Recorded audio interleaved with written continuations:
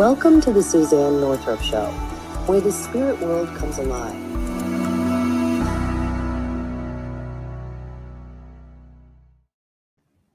Welcome everybody to 2026, January the 5th. Got to get all my dates right here. And as you can see, one of my favorite people is Bill Attride. We've been doing this for millions of years, and I just like have him every year in January because like he's the man, as they say. So we work so well together. But in any case, just before we start here, because people are going to roll in here, I just want you to know that if you want to get, we're going to talk overall, give a sense of what 2020 is going to six.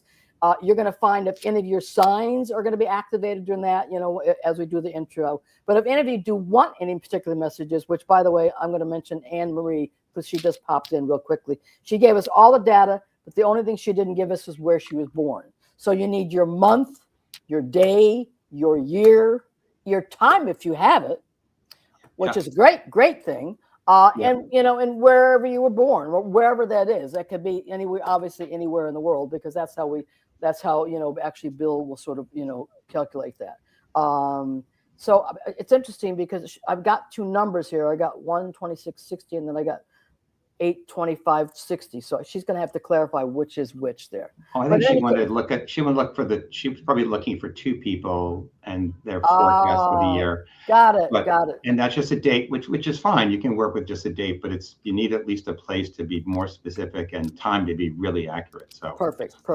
So as we scroll in here, guys, and so just, see, we got another one here. She's pretty good.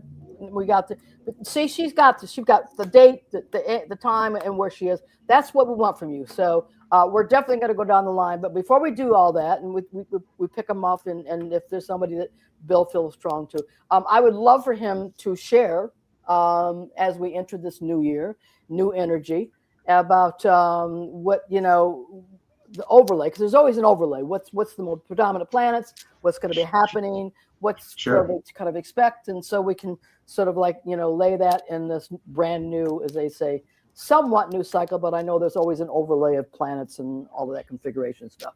Sure. No, it's this year.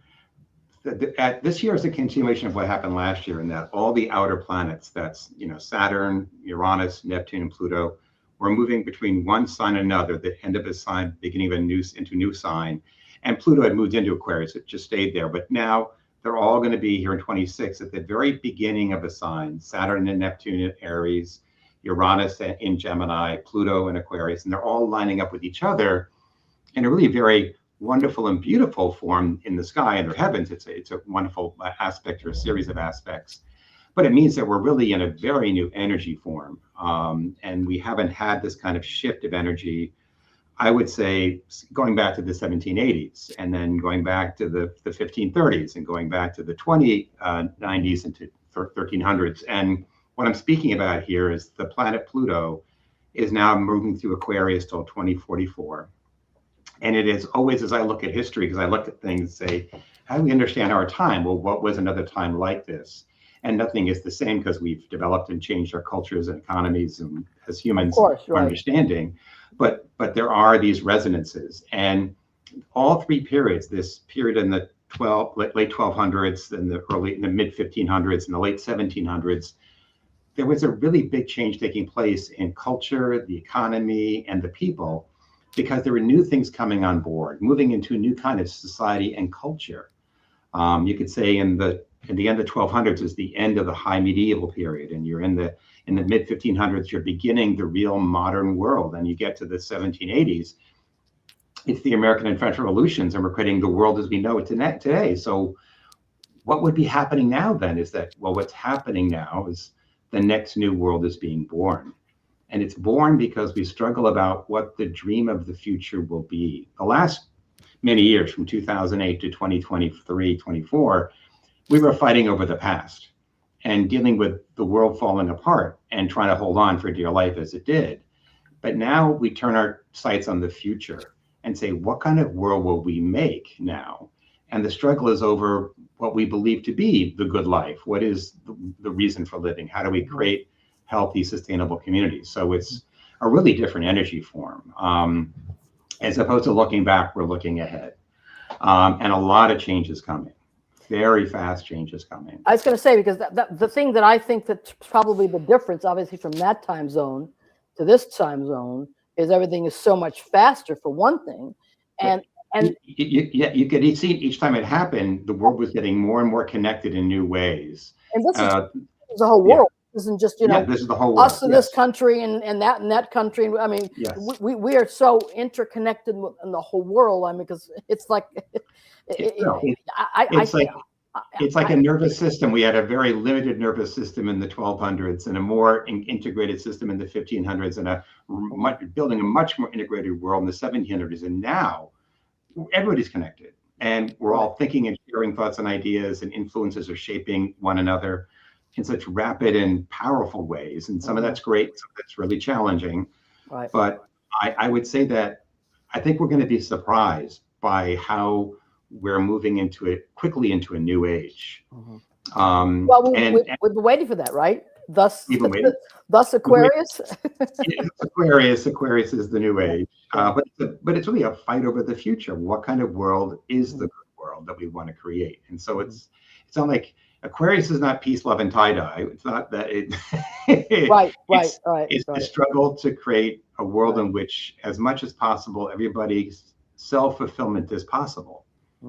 Well, it's interesting because some of the things that I have encountered, interesting enough, with clients and sort of other people, is that there are people who are like they like, for example, they love nature. I don't know if you can see anything on that board there, but they love nature, and they love being calm, and they're not really quote unquote made out for this extremely fast internet, and it's like they say, like, I want to go to the woods because I want to get away from us, but it's like it's almost an impossibility to get away from all quote unquote the noise. Well, you can. I think people have learned and are doing even more. They're putting their things aside and having quiet time and being with nature or being with art and beauty to balance out, because they have to be connected to do things, but they have to disconnect to recenter themselves. Right. Again and again. And you have to define your own practices for doing that. Yeah. Right. Yes. But I just thought that's something that's been different. I mean, I'm just saying, obviously over the years, I'm not saying there haven't been turmoil and kind of whatever on a sort of scale.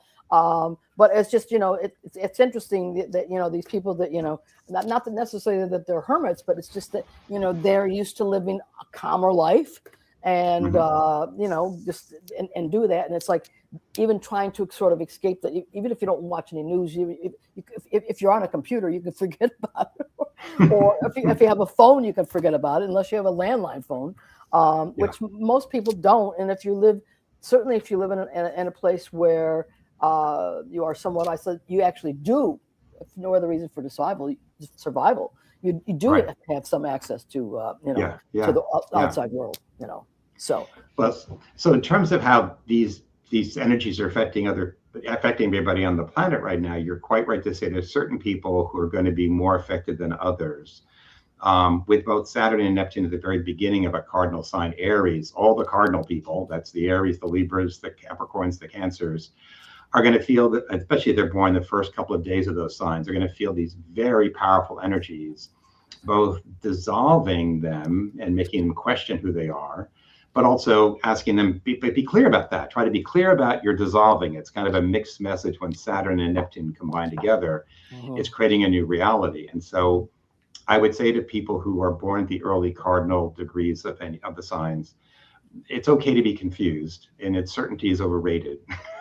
Because when you're confused, you're letting go of your attachments to what you thought was or thought should be, and opening your mind and eye to see something that you probably were needing to see and missing in terms of your worldview or your experiences. So a little wonder, a little confusion will help all those cardinal signs, though they may not like it. It's their time to experience that. And so what's the time framework on this one exactly, Bill? Because I know it went back into Pisces, and now it's supposed to go back in. It goes back into Aries to say here, and Neptune does too. So for the most of the year, they'll both be marching through those first few degrees of Aries. Neptune, the first degree or two. So it's really the first couple of days of the cardinal signs have the influence of Neptune. Saturn will get through a few degrees, so it'll affect more people. And then, of course, the mutable signs aren't getting off here either, you Geminis, because good old Uranus is moving into Gemini, and that means Geminis, Virgos, Pisces, and Sagittarians born on early degrees are going to feel those shocks, electrical shocks of Uranus, which shake us up to wake us up. So sometimes it's a aha experience, and sometimes it's a uh-oh experience. But if you have Aquarius in your chart, you're somewhat kind of used to it, right? Oh no, yes, no. I mean, we've all faced shocks, but when Uranus comes along, expect the unexpected. Right. And often it's not that it's a bad thing; it just shakes you up to make you reframe your experience. Right. Right. Yeah. Okay, so let's just take a couple people here, and sure. It's great. Everybody's really wonderful. They followed the rules, and sometimes it's good to follow the rules. This is one of those times it's good to follow the rules, and they've been really great. We got a lot of people here. We'll run through here, but just really quick here, I've asked for people's days, months, years, where they're born, and time if they have that. If they have it, yeah. Yeah. Okay. So I think we had, because she came through earlier. Let me just see. She came back again. So we have, 12760 Central Falls, Rhode Island, but she doesn't have a time. 12760. Right. No time, you're saying, right? No time, yes. Central Falls, Rhode Island, USA. Okay. And then her name is Anne. When we don't have a time, we use noon, because then we're within 12 hours either way. And so most of the planets, they don't move that much, just the moon does in a day. Right. And so January 27, 1960, correct? Yes, correct. And she didn't ask for specific, so I just say give like a real quick kind of overhaul of Sure. But she did ask a little bit about health and finances. So okay. Well, I would say that no matter what time you're born with the moon trend moving from Capricorn to Aquarius. It's very possible. It's Anne, I think you said. Yes. Could be a double Aquarius, but we don't know. That's the trouble with not having a time of birth. So it's something I have to just ignore the moon, because we don't know where it is for real, or for sure. But I guess the most significant, let me just run the numbers, because you can look at this thing visually, but it's better if let the computer do the walking for me. Right. That's why we keep them around. That's where it comes in. It changed my life when I got a computer for astrology. That's for sure. Yes. The most significant thing, I think, all during 2025, and was having some deep questions about value and what is valuable and meaningful in her life and around herself. So in a way, things will settle down somewhat in 2026, where there was much more uncertainty and confusion about one sense of one's own value and the values what has around oneself in the world. So I think that will help her a great deal, because because it was a double message with Neptune and Saturn both in the same degrees. Saturn was on Venus, Saturn was on Neptune. So that's going to be a challenging year, but a year when you can grow a lot and reset your values. But once that's done, this will finish by early February, March. Things will become much clearer for her, and things will move more forward for her. But I would have said in 2025, it's a time to pause and consider, what is my value and what should I do, and not just plunge ahead without questioning that. So that should help a great deal. And in regard to, let's see what else here. So they just pose questions. They can't interact with us. That's true, right? That's right. So what, the thing is, what I always tell people is that, once you get to, you're going to hear what Bill says anyway. Okay. Yeah. And then the other thing to consider for this year, as Saturn's moving further along now in the sign of Aries, she has to realize the lesson of this year is patience, because she has desires and directions she's setting herself up for, trying to move in a certain direction. And not that it's wrong, but it's going to be tested, and it means you have to be patient with a good direction. If it's being too much blocked, you've got to stop and reconsider which way to go. It's not like it's stopping her, it's making her stop and think, is this the direction I should be going in? That's Okay. nice. Just for an update on one of the plugs that you said, you mentioned Aquarius, and this person said Pluto and Aquarius could be our saving grace. Build your community. That's because that's kind of what Aquarius Yeah, is about. And we it were talking is. about the age of Aquarius. So it's interesting that you brought it, but and somebody's like kind of really on it here. So that's really, really sweet. So Yep. that's good stuff for you, Anne. Let's take another one here. We have this is Sarah. She's a Pisces. She was born in Bristol, Connecticut on 2/23/1959. Hold on. Again, we don't 2/23. we don't have a time with her. If you have times, guys, it's really helpful. But if you don't, And she said she's born in Bristol, where? Bristol, Connecticut, Connecticut. Okay. which I know very well because I've Okay. And her name again is Sarah. Sarah. Okay. So Sarah, 2/23/59 in Bristol, Connecticut. Correct. Okay. All right. She wants to retire. Basically, that's what her deal is. Okay. Good. Good. That's a noble goal. In the next couple of months, because her birthday's coming along. Yeah. So. Yeah. Okay. Give herself let's a see birthday let's see present. what the stars say. Well, she's reached that wonderful time in your mid to late 60s when Social Security is kicking in, and so that does become a easier option in our country to do those kind of things. Let's see. Let's see what Saturn has in store for her here. Yeah. By March of 2026, she should be making a big decision about the order and structure of her life. Good. And it goes back to decisions she was making probably back in 2018 or so. And now she's faced with the decision at this point to say, okay, given what I did or didn't do in 2018, I make this decision now going one way or the other. But it's time to make the decision in March of 2026. Sounds great. It's like a month after she's asked about it. So, we're right on the clock, as they say. That's good. Yeah. That's really good to know. Great. Yeah. So have a good time, Sarah. Enjoy it. And, and the thing is that, people always say, like, well, what do you do? Well, of course, a lot of people just can't wait to retire. But for those that like to work or like to be busy, is that, what's the wonderful part about that is that you have the beauty to do whatever it is you might want to do, or what you might want to explore, or there's life. Yeah, there's life after work. I mean, I love what I do. I probably will never retire. You probably the same, but I know some people.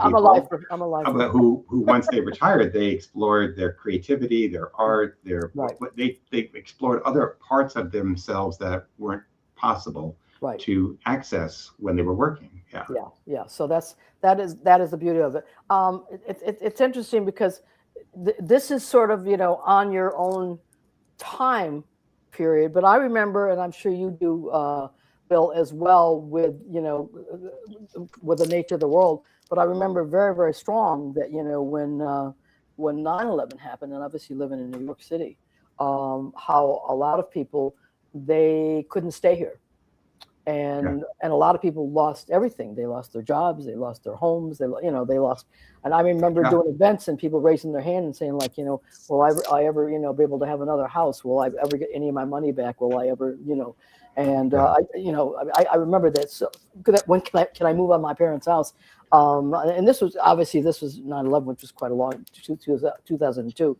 And I just remembered at that time, and then later on, a lot of those people pursued what they had always wanted to do, and were able to actually be successful. And successful meaning the fact they made a living of something that they loved, and it forced their hand to do that. So, yes, that's often true when we are dealt what seems to be a very painful blow, smashing our plans and direction. Right. That we can find that's how we respond, and we do grow and develop qualities, faculties we didn't even know we had. Right. And so in this particular situation, she's doing it with a choice. So, she's got a lot more obviously ability and options and power in her own being to go ahead and do that. So, that's it's kind of nice. If any sign can do it, it's Pisces. Pisces is the sign of dreaming and imagination, and they're just amazing in terms of what they can and do create. So. Yeah, they do know how to sometimes be in that cloud and think out of the box, which is But Sarah's an unusual Pisces. She's a Pisces with she's born at the full moon. The moon's in Virgo. Ah, So a Pisces can dream, but doesn't know how to execute. And Virgo's know how to execute, but they need a vision. So Sarah's a visionary, but she's also able to engineer it. And for FYI, for all you folks out there, every once in a while I've mentioned that if you know people that are born on the full moon, their sun and their moon are always in opposition. That's just the way a full moon is. And because a lot of times I'll say to, you know, like I always do my little tests with people, I go like, okay, the moon is full. Where is it?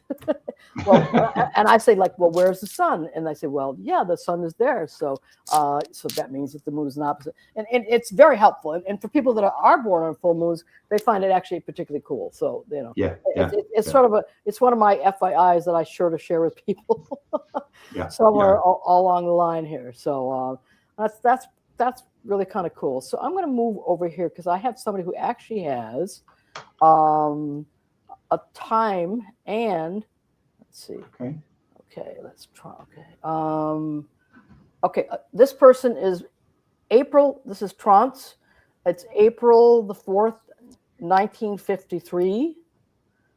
Born at 10:50 a.m. in Manhattan, New York, which is where I currently am, and where you currently are. That's where I am. Also, I was also born in Manhattan, and I'm also born in 1953. Oh, there you go. You got a kindred soul there. Bill. Yes, I actually have a client just recently who's born the same day as me in the same hospital as me. Oh my God! It was a freaky experience. You know, I'm reading their chart and I go, I'm reading for myself, literally. Luckily, they're born at different hours, so things were different, but it was very amusing. So, anyways, what's the question? Is there a particular question? Let's see. Did she have a question? No, she didn't have a question. She just said, you know, that's read my chart. I'm doing my thing. Whatever you come up with, as women say. Okay, sure. So I always look back to the previous year and look ahead, but let me just comment on her chart, which is well, since she's in Aries, she's going to have, you know, a lot of stuff Aries, going on. Saturn's going to be getting closer. It'll get to her sun this year, but her moon's in Sag. She's got Cancer rising. Very sensitive. You know, Aries is not a sign you say is sensitive, but when you have Cancer rising, no matter what, you are sensitive. Right. Aries is vital, enthusiastic, and driven, idealistic. But with Cancer as the rising sign, Trance approaches the world caring and nurturing, wanting to care and nurture people. That's the go-to place for. She's at the beginning of Aries too, so she's going to be, you know. Well, no, she's right. Her sun is at almost the exact middle of Aries. April 4th, you said, right? April 4th, yes. Yeah. That's right. So her sun's right in the middle of Aries at 14 degrees. And that means that indeed, this is the year that Saturn will be on her sun in 2026, all year long. But it not exact until July, and then again in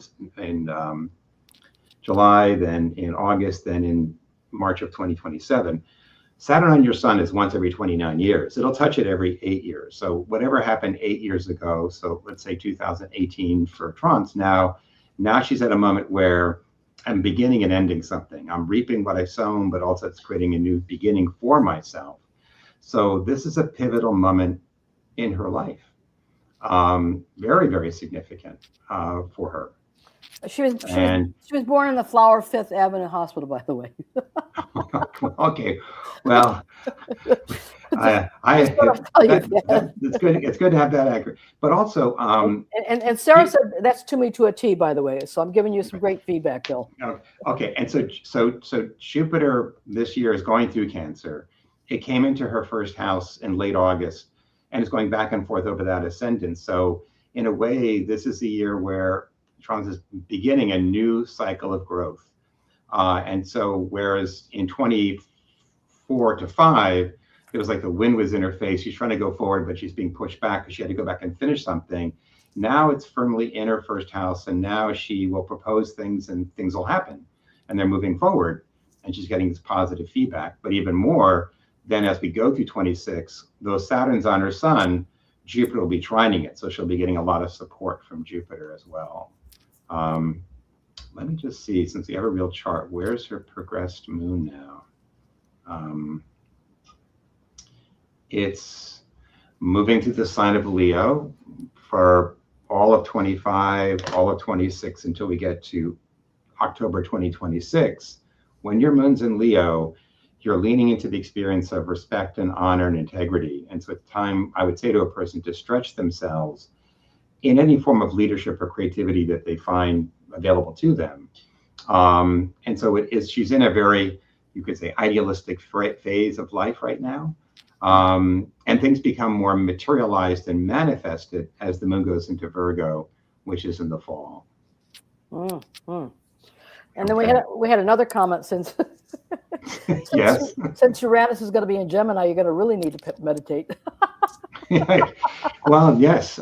It'll be very stimulating for many and all, most people probably. Well, I have that in my natal chart, Yes. Yes. So, there is no escape.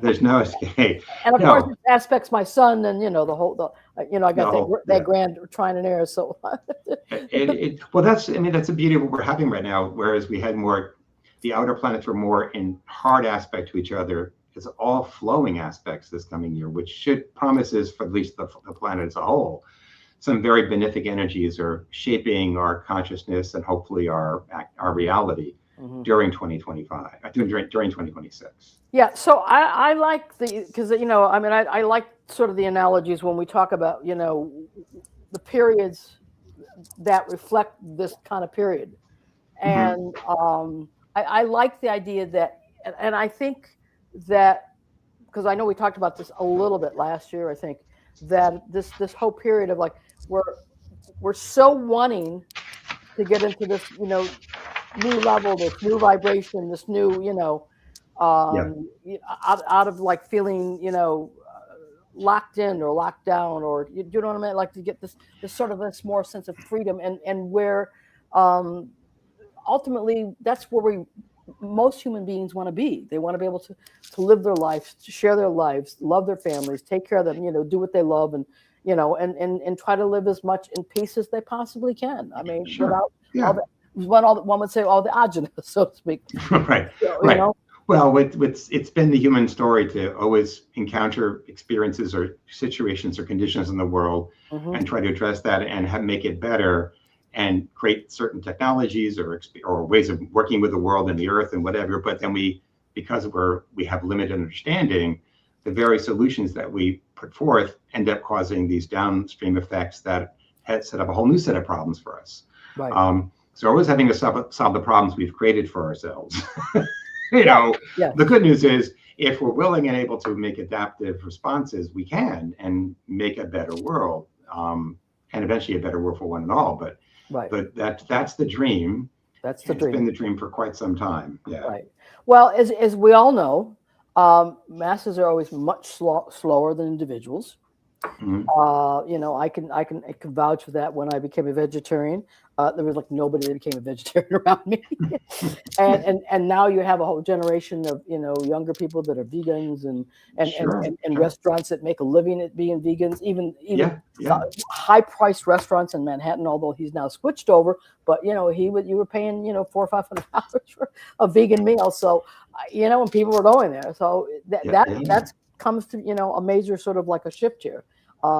So that's how I feel about that, and I think that once, as you say, one gets exhausted, so to speak, and you have to do what you sort of can to keep moving out of that, and as our mass. The bottom line, that's what most people want. I mean, that's the truth. Is we want to be able to take care of the people that we love and our families, and at least make a living at something that we love, or at least if we don't, it brings us in enough that we can take care of the people that we take care of. So those are basics, but that's sort of the deal, and that's the majority of us, so to speak. So that's what when we talk about the larger whole of the pie, so to speak. That's kind of what we're talking about. That's why I was asking when you went back into that 1800 period. I thought that was really interesting to. Well, I like to pull out and see the big picture, and then because you get caught up in the noise of the moment, and it seems like that's a really important thing. But if you step back and realize it's part of a much bigger picture of evolution and change on this planet that we've been going through. and other humans face troubling, difficult times too, and so their world crashing or ending or going through great danger, but they came through it and they created a better world at that time, and it's our opportunity to do the same right now. Exactly. Yeah, and the thing is that the truth is, it's like, we are, certainly America is still a young country. That's number one. And number two is that we're in an era of technology which never existed before. Right. And in terms of, like I was saying to you, it's like, there's no way of, you'd have to really be under the bush, under a tree, nothing, or not have, not watch television or anything to sort of avoid that. And that kind of been a crash course, and we're trying to learn how to balance it. And certainly, younger people, this is all they know. They don't know about having conversations out around the table with their friends because they're all on their phones. So that it's kind of a whole new adjustment on all sort of out of levels, and they're and typical younger people want to go against the older people because what do you know? So well, there is that freshness of like, why should it be that way? And they're right, but the older people go because that's the way it is. and human nature changes so slowly. But yes, there are these breaks and shifts that obviously move into a new time and a new age. But we still have to address the heritage and legacies of what we did or did not do before. And for America right now, we're going through some really powerful alignments that connect back to other important times in our history, basically back to the Civil War. And so if it feels like we're having this fundamental question put before us of like, what do we really stand upon here in this country? What do we really see as the essence and truth of this country? That is the question that's before us right now. Yeah, so I was actually wondering about that because I was wondering, to be honest with you, it's interesting you mentioned the Civil War, because there's been so much of sort of like talk, honestly, about people, about, where are we now, or in that, or is that happening? What does that mean? Because of obviously the division, so to speak. So I just thought, I was wondering if there were any aspects or parallels. There is. We're exactly where we were in 1860-61, with Neptune being at the bottom of the USA chart as it was then. And the question at that point was, if the bottom of the chart is the roots of where you come from, what you're rooted in, and Neptune's purpose is to dissolve that old form of approaching that and attachment to that, and hopefully lift it to a higher form of expression. Well, anyway, that's what that war was about. It was like, it was the war to stop creating, to stop the war, to stop treating certain humans as property. Yes. That was it. I don't care what people say what the war was fought for. That's what it was. No, that was bottom line. That was absolutely but many people say, no, it's about freedom, and it's not that. And that's what it was. Yes. And so again, it's amazing how the same questions before us now. Who's a citizen? Who belongs here? Like that whole notion of what it means to be an American and a citizen of the world is again put before us now, because it's time for it to be put before us. Astrology is like a clock. Yeah, and the thing is we all know, and it's interesting because this is what I was alluding to, is that there are always people that do not want to have change, people that want to have it the way it is, and think that it's better, and it's not. I mean, the truth is, it's not, because we are, as you say, all human beings having this human experience. And I love the words of of Maya and all the other ones to say, like, we're so much more alike than we are not. Yes. And that is, as that comes down to this basics. We all want love. We all want the people that we care for to be taken care of. We want to be able to ensure that we at least have a roof over our head on some kind of level. Be able to we don't have to struggle to have food put in our mind. I mean, especially when we are clearly the richest country in the world. We know that, because if you look up the stats, it will tell you what's the richest country in the world. It's the USA. Financially, yes. And so it's just sort of like really. So, and it's to battle that is it's really a, as you would say, challenging situation. Yes, I'm optimistic. I think the people are ready, willing, and wanting to make a change. I think it's happening. Yes. And there's plenty of blame to go around on both sides and both parties and whatever.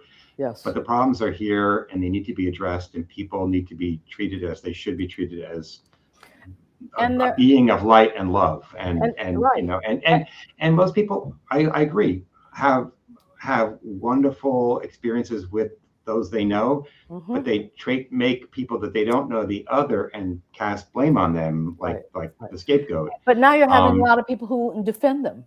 Now you have a whole lot of people like, they are my neighbors, they are my neighbors, and they stand up, and we see that happening, and that is because that they see that they take care of my kids, they go to school like this, it's you can't escape it.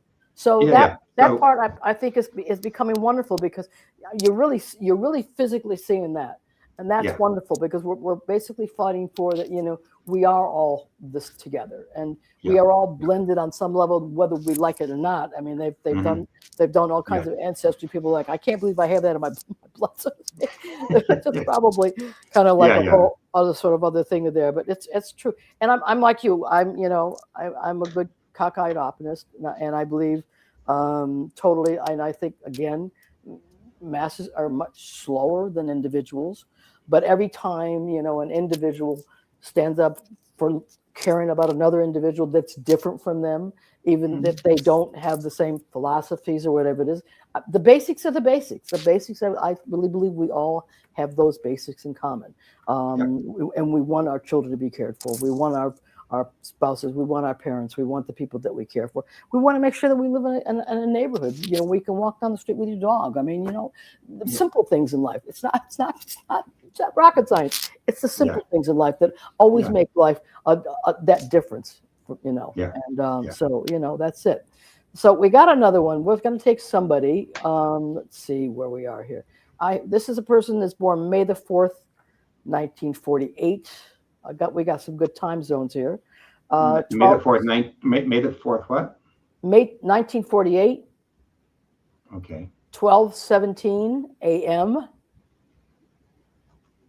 Rockville Center, New York, Gale. Rockville Center. Long Island. Long Island, yes. And New Yorkers in here. This is kind of cool. Yes, and do you want to use is there a first name for this person? Or Gail. Gail. Okay. Gail, gotcha. Okay, let's save that and see who Gail is. No particular question, just throwing it out there. Okay. So a Taurus with a Pisces moon, Capricorn rising. That's a gamut. That's a nice balance of fire, earth, air, water in here in the chart, but mostly a fixed person, so determined, steadfast, and purposeful. But again, like that earlier person who had Cancer rising, Gail has the moon rising, and anybody who has the moon rising or Cancer rising, they're sensitive. They pick up on their surroundings. They move into a room, and really they feel it's good or bad energy. They're in a room with other people. Everything's fine. Someone walks in, they can feel the change in the force. And they might have thought, till they figured this out, oh, I'm weak. And I'd say, oh, no, this is your strength. Your sensitivity is your strength, because other people are clueless. So Gail's clued in. She senses the weather and people and places and feels that all out. That's one of her strengths. But let's see what's going on in her life right now. And let me go out to the big ones first. We go in from Pluto. It's okay. Neptune. Uranus. Okay, we'll go to Saturn.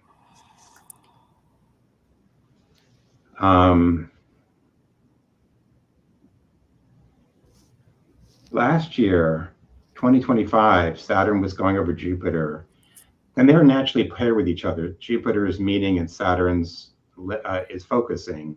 One's growth, one's limiting. And so basically you're having to choose what is good growth and deal with, can I grow this way or should I change direction? So that was a theme all of 2025 for her, basically of, am I on the right path and I'm growing or holding my life together, or should I pare back this or add that? So it was about what is good growth and re-examining that sometimes more is more, but sometimes the adage is also true, less is more. By focusing, you end up having more results.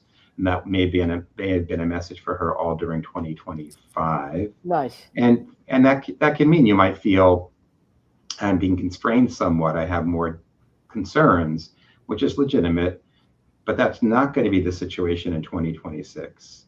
I think there's more, it takes the question out even bigger in terms of not just what's meaningful or what's growth, but now re-examining my dreams and clarifying what those dreams are is the major theme for 2026 for Gail.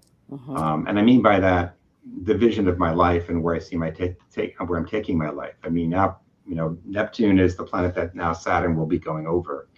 And again, we know they're together in the heavens, but here for Gail, they're going to be opposite each other. And that just means we all have dreams and visions, our imagination of what should or will be or might be, we want it to be. And then Saturn shows us this was what is. As we're dealing with that creative tension between what we dream of and what is realizable. And so she's working with that this year. But I don't see it being a difficult or hard experience with that. Just a realization. She examines the dreams of her life and which ones have come true and which ones still remain out there, but also realizing maybe some new ones are being presented now. Okay. Well, that's great. Well, like I say, once you're that centered and down to earth, you just get through it. You just sort of, with those signs for sure. Taurus just is purposeful and determined. Yeah. They are. I was raised with one. My father was a Taurus, so. Okay, solid. But also, Gail has a great blessing in her chart. She's got Jupiter in the 12th house. Oh, nice. Which means she has a well within herself of faith that she can draw upon in times of need. And typically when Jupiter's there, it means the person is what I call a good Samaritan. They do kindnesses for other people without even thinking. They're the person who is helping other people without making a big thing of it. So blessings flow to Gail because she's really generous but makes no big thing about that. Nice. That's nice. Yeah. Nice. Yeah. That's nice. So this is an interesting one because there's somebody who is a Gemini because she's born June the 1st, 1949 in Binghamton, New York. Okay. 4:55 p.m. And then the person following her wants to know what's in store for Geminis. Interesting enough, I was born not very far from, I was born in Horseheads, New York, which are Elmira Horses, New York, which is. I know that area. Yeah. Actually, I went to college up there. I went to Ithaca, so I know that. So there you go. Yes. Yeah. I was born in Corning and raised in Horseheads. So, and she's in Binghamton. So that's kind of interesting. That's Daphne, and then the other one who wants to know about story of Gemini is Deborah. So there we go. So this is Daphne or Daphne? Daphne. Okay, Daphne. Okay. June 1st. Yeah, June 1st, 49, 12:17 a.m. in Binghamton. Okay. 4:55. Right. I say. Oh, I'm sorry. 4:55. Yeah. Maybe PM. Let me make sure I got that right. Hold on. Let me edit that. 4:55 a.m. 4:55 a.m. PM. Oh my God. It's okay. June 4th, 49, 4:55 p.m. Right. You got it. Okay. It's all those 4s and 9s and 4, 5. Yeah, they're dancing around. Okay, so the Gemini with a Leo moon and Libra rising at 4:55 p.m. Wow. This person has so much air in their chart.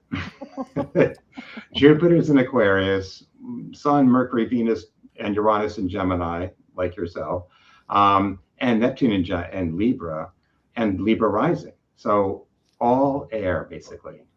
Person who's so cerebral, intelligent, objective and reasonable. It's amazing.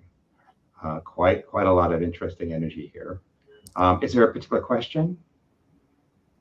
She doesn't have a question. She's just, she's just airing it out. Look at my chart. Okay, let's see what's going on. And here we go.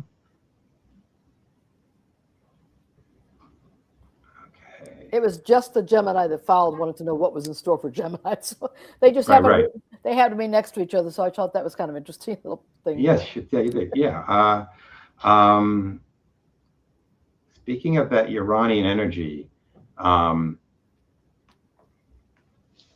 Daphne's born with Saturn at the very beginning of Virgo. And so all this last year, Uranus has been going back and forth over Saturn, which does mean that she had to accept the fact that some of my constructs of my formation of my reality was being tested. And if it was found to be good and strong, it held up, but it was still tested. But if I found there was something that was not working, I had to make changes in the very way in which I structure my life. So it could have been a little challenging and upsetting 2025. That energy moves on once we get past the spring of 26. So it goes away, followed by a lot of opportunity as we go into spring, summer, fall, and 26 into 27. Uranus will now trine or Jupiter. So it's sort of like the reality was tested, and now perhaps having changed that reality, now there's an opportunity to grow and form something quite wonderful from that year of being tested or facing some more tests. But I think 25 was a little challenging here. And I think 2026 is going to be a lot more rewarding or more advantageous. Good. I'm glad that she'll be happy to hear that. Yeah. So just for an FYI, everybody, I want Bill to give you all his information to contact him. We know his name, but I think it's pretty easy to find you because you're kind of all over the map. I'm all over there. So you just Google my name, it'll come up. Astrologer Bill Attride. That's what I tell people too. Just to Google my name. Yeah. I am on Google. Yeah. It's interesting because somebody was just you know, I mean, I'm sure you get like this all the time. Like, you know, I saw you on, because I had my TV show was running out of, I assume it was my TV show, unless it was the HBO special, one of the others, were several years ago. And I still get, you know, get things coming from that. Yeah. I still get things. Yeah. And oddly enough, you probably had the same thing with this. During the pandemic, I had people that, you know, had knew me 35 years ago that studied with me that somehow rediscovered that, you know, I was existing here still. Yeah, exactly. No, people pop in. Exactly. Yeah. So that's always kind of a nice thing here. But we do have 10 more minutes. I may choose another person along the line here, but I want to have us, you know, make sure that we really give a nice sense here of a flow of, you know, like with the planets, you know, I mean, I know you mentioned them here kind of at the beginning of what you think might be going on and stuff. Yeah. Stuff. And just again, mentioning, you know, the different, you know, aspects again, so that it focuses, you know, if you hear you're a Gemini, you know what that might mean. If you hear like you're any of the, what we talked about, the cardinal planets, you know, Aries, Capricorn, you know, Libra. With the Saturn, Neptune, or if you're the mutable signs, early, because of Uranus being an early Gemini, it's going to be similar. You know, and the mutable signs for everybody, by the way, are the Geminis, Virgos, Pisces, Sagittarius, and Sagittarius. Yeah. And so if you're born the first couple of days of those signs and the first few days of a cardinal sign, there's a lot of energy coming your way that, again, energy isn't bad. It just can be strong. It's how you meet it and work with it. And sometimes when you feel as if you've been brought down by something or been constrained by something, take that journey in to figure out what this is about and realize there is growth to be had here. But sometimes it is a time just to be patient and wait it out. Sometimes you can't go forward. It's saying, take it easy, pull back. Right. And it varies from person to person. So you have to have a reading to know what it's saying really, I guess. But but I would always, we're living in a weather system basically. And the weather keeps changing, not the physical weather we see in the news every day or watch as we walk around the house or walk outside our house and see it in the streets. It's their astrological weather is always there, and it's energy forms that are pervasive that are shaping the environment. And so if you're aware of what those are, you can understand, oh, wow, this is a day when everything was hard. Right. I remember I was trying to Learn go how to to the motivate a little bit, or Hey, look, work with it, move with it. Yeah. like I was trying to get to the dentist weeks ago, and I knew it in my head, but I said it's okay. And Mars was opposite Saturn that day, I think it was, and everything was going wrong. Every train was not working. Things were failing. I was trying to get to my dentist on time. I made it on time, but I was so stressed out, and I Right. realized, oh my God, of course, Mars Saturn. Why would it be easy? I should just Right. just let it go. Don't worry, you'll get there. When you get Yeah. there, you get there. But even I forget that Right. Well, that there are conditions that are not out to get you. It's Right. just this is the way that time is. right. And if you just ease into that, and as opposed to fight it, it's so much easier. Of course it is. So I hope some of this you're listening to Stephanie, by the way, because Miss Gemini herself here. But I also wanted to mention, because I saw somebody here who is a Sag with Libra rising, and we were talking about the mutables. Yes, That's yes. that's a Deborah. And so, Yeah. I hope you listen to the mutable message because there are a few of the mutables here, around. There's Yeah. another Debbie that's a mutable sign. She's another Gemini, and and then we have.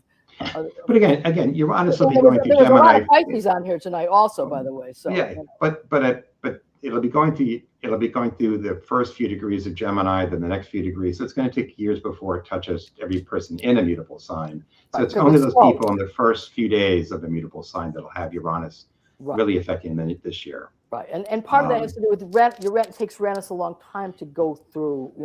It's like Yeah, it takes Pluto 28 years, and so there you go. So Uranus takes 84 years to make a complete circuit, and then Neptune takes 160 odd years, and then Pluto takes 240 odd years. So they're in step with each other. 1, 2, 3. Right. 2 revolutions of Uranus equals 1 of Neptune, and then when you go to Pluto, it's 1.5 of Neptune. So they're like 1, 2, 3 in terms of the resonance. It's kind of striking how perfectly they align with each other in that way, Right. So and form these patterns. So as I said, those like Stephanie that are early Geminis that were in that.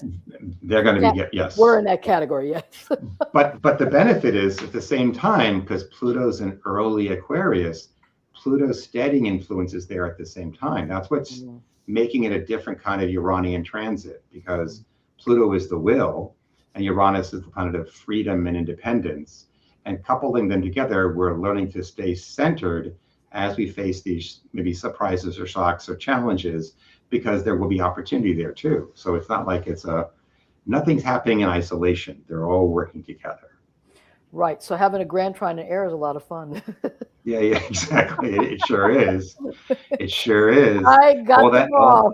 No, because we were in a more earthy, watery period the last couple of years with the big planets, and now they're all going into air and fire. So all us fiery, airy people are going, oh, goody. Works for me, babe. It works for me. It does. It does for me too. Makes me feel like it's really true, because people say, like, well, not of course nobody that's connected to us would know that this is not real and doesn't exist and is not significant in our lives. But as we all know, the basis of life, everything is energy. Everything is energy. And just like you said, it's like, you didn't have to look at the Saturn Mars thing, because you were feeling it automatically. Oh, but, sure. So when you got home, you said, like, but wait a minute, we're in these physical forms, but what our ultimate root nature is, we're energy beings of light. Yes. And need these physical vehicles to be down here on this earth plane. That's fine, but it's not what we are. Right. And I like, when we talked about this at the beginning, and I always like that, this is something, obviously you and I both are in the same sort of program, right? We are souls living in a physical body during this time, and we are all of these things that I say that are what really makes us want to be, in our lives, and what is important in our lives. And I think that, and I know that this is true. I'm speaking to the choir here, is that, with us, we know this knowledge, and so the bottom line is our job is to share this knowledge, so that when somebody like that we just gave a message to, like they were going through some stuff and they didn't understand it, because unless they sort of followed most people, I think most people that are certainly tuned into to visiting anything I do, they know that you listen to that and that you trust it. And it's like you can't keep pushing a boulder up a hill if it's not moving. You got to realize that there's a reason it's not moving. Exactly. It's a bit too much. It's a bit too overwhelming. Or it's not time to move, right? Yeah. So just stand there and let it hold it and kind of like do its thing. It's just it's interesting because we were talking about the Taurian, because Taurians that's how they are kind of by nature. Yes. A lot of the other signs, so they're the Earth people, but especially Taurus, they're the reliable ones. Yeah. That you get something going, they'll keep it going. That's right. And we need those people. Everybody has a function or purpose, though all the signs are active in all of us. What your predominant energies are, those are your strengths, and you should be proud of them, but also realize in overplaying that strength, it can become a deficit. So you've got to learn how to be pliable or balance that out. But right. You can count on certain people because they're fixed. They're going to keep it going. Right. They're not so good with change, though. No, not so good with change. So I think, I don't know if this is an analogy that you have ever used, but it was an analogy I think that I learned probably in my days of astrology from the age of 5 on, is that if you think of the chart as a wheel, and if you think of the middle of the wheel as a hub, which of course are the fixed signs, and you think about the outer wheel as the cardinals, which is everything in motion, and the spokes of the air signs. Connecting. They move back and forth between the two of them. So I don't know if I've ever given you that analogy, but I've always thought it was a kind of a perfect analogy. It sort of explains what each one of them do. One is the hub, and one moves it, and the other one moves back and forth because that's what air energy does. Yeah. So. Don't ask me where I came up with it, but somewhere along the line, I did. And when you teach, if you teach astrology on any level, which I don't teach it, but I throw things here and there. As a matter of fact, if I didn't learn to talk to dead people from such a young age, that's probably what I would have gone into. Except for in those days, you had to do math, and that would have never worked for me. Yes, it was. Clearly, dead people was my path involved. You had to know how to calculate. Yeah. All those numbers and positions and then draw it up. It took time to create a chart. It really did. Now it's instantaneous. It's amazing. Right. Like I'm saying, in those days, that was not my thing, because math is definitely not my thing. So although I could understand the math of astrology, and that was clear to me. So, but I said, no, this, and then the math and music. So that's obviously why I was able to make them work, but not the chart stuff. Okay. So therefore, the dead people came up, and it worked out really well. Yeah. Well, yes. So, what are some of your ending words here, dear, for 2026? All the planets we've talked about. I'd say, as much as this year Jupiter was moving through Cancer, because that's the planet of meaningfulness. And so Jupiter in Cancer speaks to us about the way to understand your truth is to return to the source of what nurtured you, to your family, to your culture, to your people, but then go deeper, realizing there are deeper roots until we come to the root of us all. We all come from one common place, the place of human. Mm-hmm. And so we're all recentering ourselves in terms of how we grow this year. But Jupiter's going to go into Leo on June 30th for the next 13 months. Oh, okay. And so it's a time to go stretching ourselves now, having had that bathing in the waters of life and spiritual resurgence from Cancer. We're supposed to go forth and show and display our leadership and creativity in terms of right conduct and respect. Having self-respect and showing respect to others is the way to conduct oneself always. But it's going to be a major theme for the second half of 2026 and all through 27. That's nice. Well, so that's another thing, by the way, for all you Leos out there, to keep that in mind. Jupiter's coming. Yeah, get ready to grow. Absolutely, and that's Jupiter's. I mean, Leos can most definitely get behind that. They exactly. like to have a good time. Sometimes have a party. Have a good time. Sure. Right up their life. So if you don't have any Leos in your life, check them out. See what's going on here. Yeah. So that's really, really, really good. And that's going to be opposite your sun or square your sun. Well, it'll be opposite my sun at the next year, because it's going to go back and forth and not finish Leo until July of 2027. Perfect. And so I'm at the end of Aquarius, so it won't hit me till then. Good. But, I've got other things going on though. I have no doubt you do. So thank you, my dear. This has been wonderful Okay. as always. Okay. For Great everybody seeing out you. there, all of this, goes on YouTube, and all of this goes on Instagram and whatever Great. it is. So you can all see that again. Anybody who's signed up, and anybody else that's got any of these sites we talked about, tell them to check it out. They can just go to like any of those things, and they know how to get a hold of Bill, and I obviously know how to get a hold of me. And Happy New Year, everybody! 2026, new vibration, energy. Move it on. Happy New Year. Happy New Year. Bye-bye, everybody. Bye-bye.